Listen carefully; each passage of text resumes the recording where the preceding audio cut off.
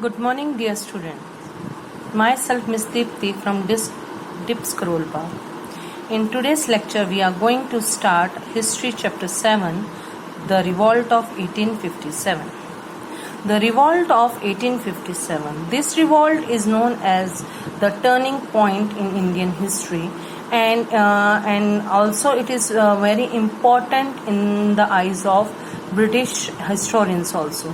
Indian historians call this revolt as a first war of independence, whereas British historians call it as a spy-munity.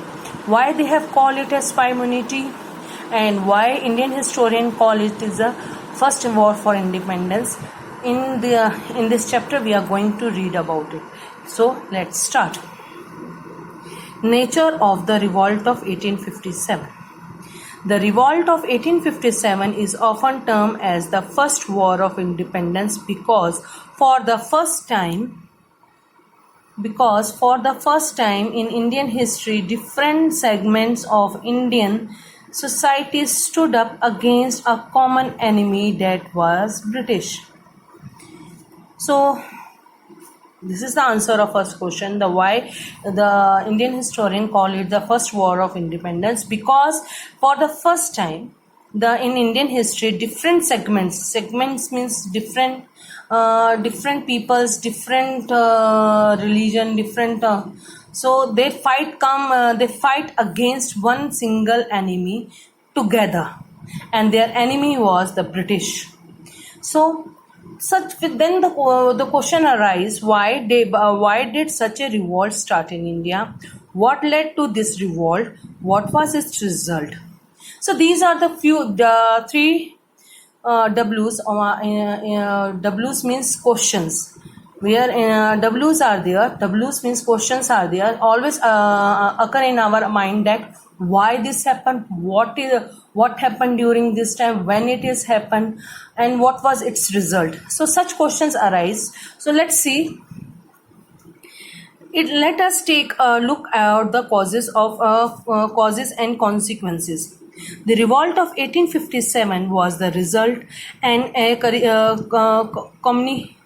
culmination of popular discontent and a clear aggregation of resistance against the exploitation and oppressive policies of British in India. So in the previous chapters, we have heard about that the British government was taking a lot of taxes from the farmers. They were also making the local the princely states to join the British government, and they were extending their power. So all these things by make Indians unhappy and make them to come together fight against the British. The British ruled India for about 100 years from 1757 to 1857. The British rule created dissatisfaction and distrust among the mass, which led to outbreak and continuous upspringing of different parts of the country. In 1857, a major revolt occurred, which shook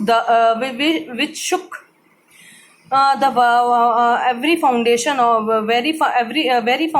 British rule. It was vast participation of peasants, craftsmen, soldiers, artisans, nobles, and rulers. Let's learn more about it. The causes behind the revolt. The revolt of 1857 is also termed as the spy-munity.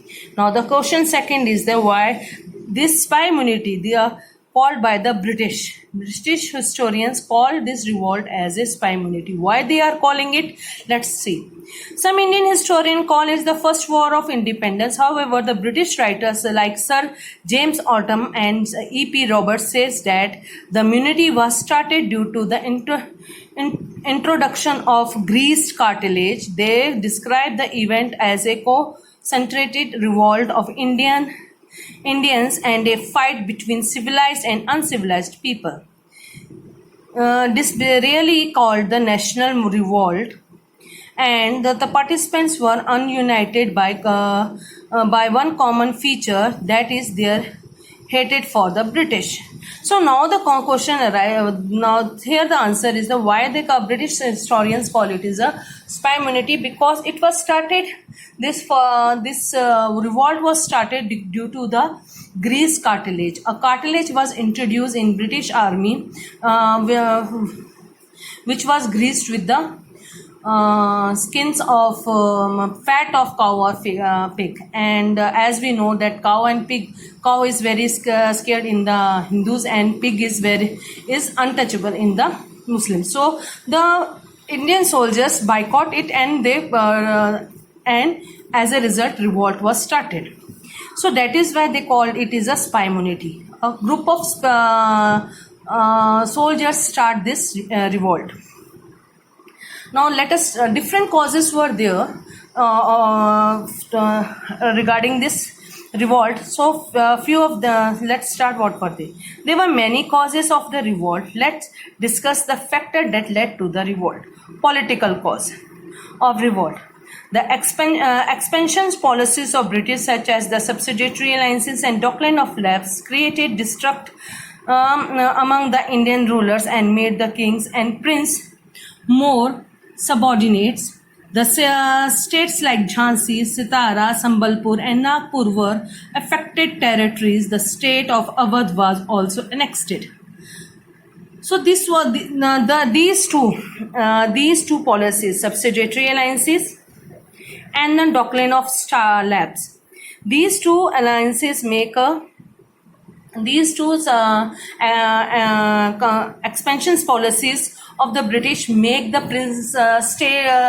princely states, kings, or the unhappy with the British, and they started the revolt.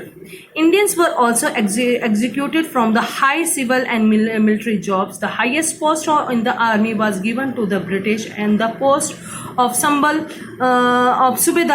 with a low wage was given to the Indians. So this was another political cause. The educated Indian were dissatisfied at not getting government job. So government job was only for the British, and the rest educated Indian were not allowed to join the British government jobs. So this was another cause. The gathering of the granting of pension and titles to the Indian ruler was caused discontent among the rulers. Nana Sahib, who was adopted son of Balaji Bajirao too, was denied to the pension. So though they were also giving pensions to the rulers, but they have stopped it, because a good example of this, the Nana Sahib was an adopted son, and he was not granted the pension, as they were saying according to the doctrine of lapse, the state will be under the control of British government. So these were the these are the few causes of political causes of a revolt of 1857. In next lecture we are going to discuss about the economic causes of the revolt and the social and religious causes of this revolt. Thank you very much.